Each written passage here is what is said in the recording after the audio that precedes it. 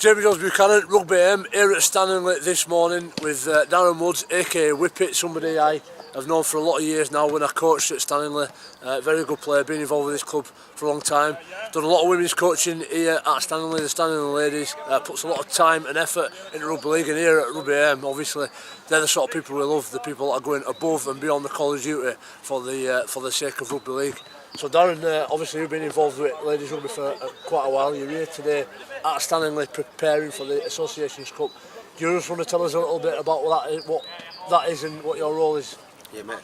Basically, 2 years ago we started up with the England teachers. It started off with the men, and then Frankie Atwell, she got involved in the women's game by talking to Tony, and basically we set up a women's team, and so now we've got a men's and a women's team, and we've been fighting for 2 years now to try and get recognised by the RFL and get some kind of recognition where we can get some competitive games basically. And what they've come up with this year with the RFL and the England coach for the women's is that we have an Associations Cup. Basically the Associations Cup is for the women's, it's the combined services, England's students, the Lionesses and the Great Britain teachers who will all be playing in the tournament. It starts in June. The men's, they play against the British Police, the Armed Forces, and they've got a Barla representative squad, I think, involved in theirs. So it's going to be pretty competitive. Basically, what they're trying to do is for the women's game, is raise the level so that the England coach can pick better players who are playing at a higher level, and this is basically what the Associations Cup's all about.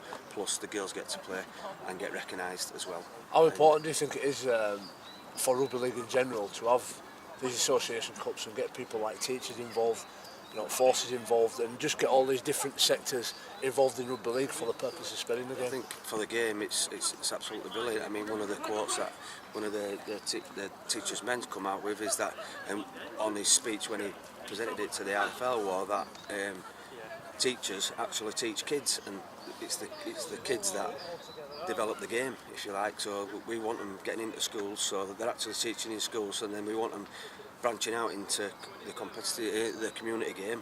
So basically it's really massive. I mean, a lot of people didn't think that teachers actually played, they think they just teached. So I mean, to have as many people as what we've got here today is brilliant, and I think it can only get better. I mean, some of these players are playing for the community clubs as well as playing for GB teachers, so it can only be good. I wish some of my teachers were playing. There's one or two that I'd like to put a good shot on. Not that I can. Like many years ago, when you got involved at Rugby, Jamie, one of the blokes from down here, Brian Sowden, he got you into it by going into schools. Yep, where these teachers are already in the schools, and they can start now pushing these kids out into the community game. Like the opposite way around for you, where one of our club members went into your school and pulled you out. They're already there, so it can only be good for the kids that they get branched out into these community clubs and make them clubs bigger. It can only be good for the game, and I think they've done really well with what they've done in getting the teachers officiated into the RFL and recognised as an international team, so it can only be good. And these lot are buzzing at the minute, ready to go. Just lastly, I know they're all waiting for you down there, so you're going to have to go fulfil your role as coach, but where can people come and watch? How can people support you? We've got, like I say, for the women's, we've got three games. We've got one's at Rochdale, right, and the other one's at Widnes, and then the last game, that's Widnes professional ground, and then the other one's at Stanley here at Stanley. The one at Widnes is a mixed, it's men's and women. It's going to be like a festival of rugby, a bit like a Magic Weekend type thing. There's about 4 games going on, two of each, so it should be a good day that. So they're all the venues. I don't actually know all the men's venues because they're not being brought out yet, but obviously one of them is Widnes, and I know they've definitely got one at Stanley. So, but where the third one is, I'm not quite sure yet because they're still working on it. But we've got plenty of time to sort it out. Top stuff. I'll let you get on, mate, and go do your coaching. Thanks very much. Cheers, Josh. We've got Chris and Laura, who are very much a big part of this group here, going to be taking part in this training session for the Associations Cup. We've obviously been down in the void this morning, listening to like Key Senior, Rob Burrow, talking about their experiences and the journey that they've been on in Rugby League. What does this particular journey with this group of people mean to you? It's just another step. I was coming towards the end of my own playing. I've done a little bit, played out in Australia and things like that, and it's just a chance for me just to have like one last swan song really, when I'm getting old now. Did you play in Australia? What was it like bashing them over there and giving a bit of stick out? Are they as good as they think they are? They think they're a lot better than they are, yeah, but no, they're not that good. Are they not? No, Where did you play? Q Cup. Awesome, brilliant, well done. So what position, what role are you going to be playing in? Full-back, I think, hopefully. Good stuff. Who's been your inspiration as a full-back? Who's your favourite full-back? Lockyer when I was really early, but then he moved to 5'8", but Brad Linsky really all the way through, being a Wigan boy. Brad Linsky was the man. Top stuff. Laura, how long have you been playing rugby? Just under 2 years. So this will be the start of my second full season. So a couple of years ago, I mean, I've been doing sports all my life, so it got to a point of I needed a new team of sport. Saw on Twitter, Alton Raiders, picking up a new team. Thought, let's go down and give it a try. Not back since. What would you say to women who aren't currently involved in Aussie game? Some people might think, I don't know about playing rugby league, but would you encourage women to come across and give it a try? Oh, definitely. I mean, the fitness aspect is absolutely fantastic. But it's not just that; it's the group of girls that you've got behind me. We've got a massive squad of over 20 girls, and they're all absolutely brilliant. We all stick up for each other. We all look out for each other, and the whole atmosphere down at the club's fantastic. It's really great thing to be a part of. I think that's part of the theme, isn't it? That rugby yeah, what league. you were saying earlier. That really. It's not just about the cup itself or winning games. It's about that group team cohesion. Oh, yeah. So just on this little journey that you're on now, what does this little bit mean to you? Next big step. It's come really soon. We're not playing so long, but it came about from last year where they were struggling to get players for a fixture, and so I just started teaching last year. So I got an email saying I'll go along, give it a try. And they're an absolutely fantastic bunch of lasses, and they've all been really supportive. And do you think this is a good thing for rugby league in general to get these different sectors, get teachers and forces? Yeah, for the women's side in particular, the game's not quite as big for us, so I think for the women's side to kind of have that more competitive edge at the kind of the top end of the spectrum with the four associations, I think it's going to be really good and maybe push us higher for the next World Cup. Super. I think that with the boys as well, if we can get more teaching involved from different subject areas as well, that we can spread it within the schools, and like you mentioned earlier, getting it from the grassroots and building up. If we can get it into schools and the teacher played at a good competitive level, I'd encourage them to get the kids more involved as well and get the kids coming through. Awesome. Good. Well, thank you very much and keep up the good work. Thank you. Thank you. This is what we're doing in there. That shoulder was coming off the jump. Just want it off the first just so we can get it. It's all working on A defender. Yeah. Always working A defender. Working on the inside shoulder with communication. If you can do now, put another pass on.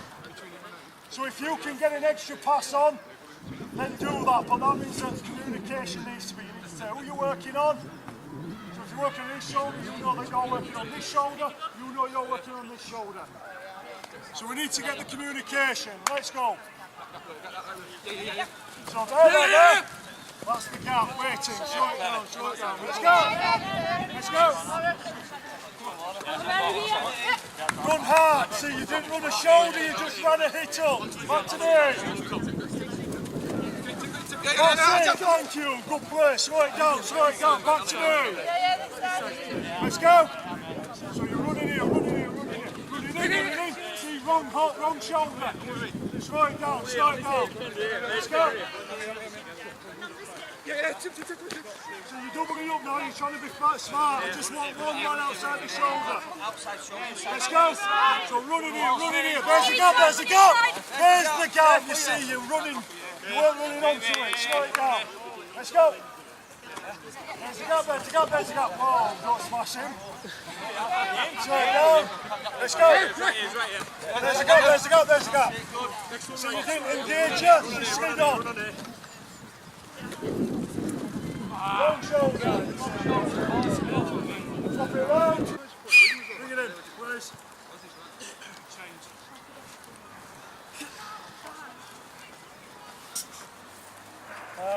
You can see sometimes when you start running it right, you start getting some communication, you start creating little things. We're not after the big gaping gap. If you're after the big gaping gap, it's not always going to happen. We're after a one-on-one tackle, get some of these big guys, big girls, running at some of the little people, passive tackle, fast play the ball, and that's when the play's there. Yeah, it's not always about that play, it's about what you can create and get the one-on-ones. You're not fixing up between, like I say, something you start prancing about and you start doing all your dancing. it's not very, you know, it allows people easily to move. The best way to get somebody fixed, flat on the feet, turned in, is by running hard and running strong and running direct. So that's something that you need even for ball players and for halfbacks. Right, we're going to go into it so you can see it actually working a little bit now. So we're going to work off a 50. I want 5 defenders, 6 attackers. So I'll need a play the ball scenario. I'll need a 6 or a 7 to do the play, and then I'll need 5 runners off him. We can mix it all up. Yes.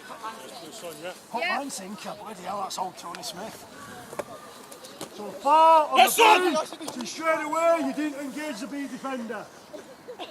Yeah? So see whenever you're passing the ball, face forward. If you're facing that way, you're going the wrong direction. I need you to be here, to turn him into me. So that's where the pass is, yeah? If I'm going here, he can still slide. So if I'm moving sideways, he can still move on. Don't let me down, come on. Let's go. You'll be right. Square him up. And then that's when they create the overlap. Let's get some more in, let's see if you can do it. Give me a new 6. This time, come on. Let's go. Say again. Shot. Oh, Jesus Christ. She's a bully. She's a bully ever work. Bring it in. Stay down. I hope you got that on video. That's special measures, that. Did you get that?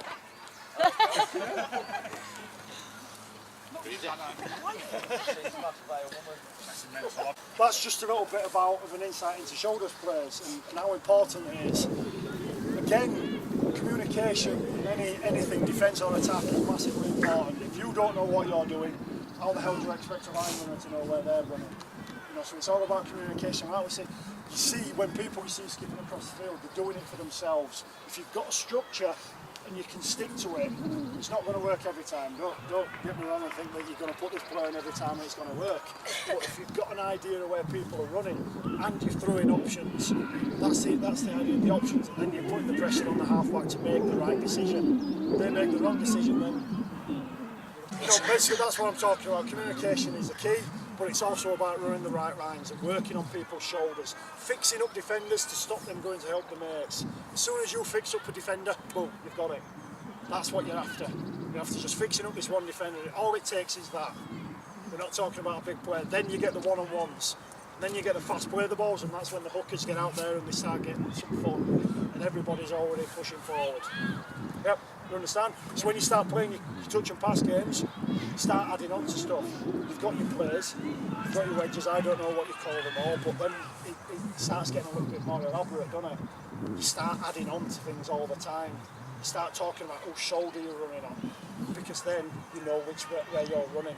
Then you can get a ramp of steam up. If you've got a little bit of doubt about where you're supposed to run, indecision causes mistakes, doesn't it? And that's when you start doing, where am I going? But if you know where you're going, you're running hard, I guarantee you will sink a defender in. Then it's about choosing the right options. Yep. Cheers, Keith. Keith, round of applause.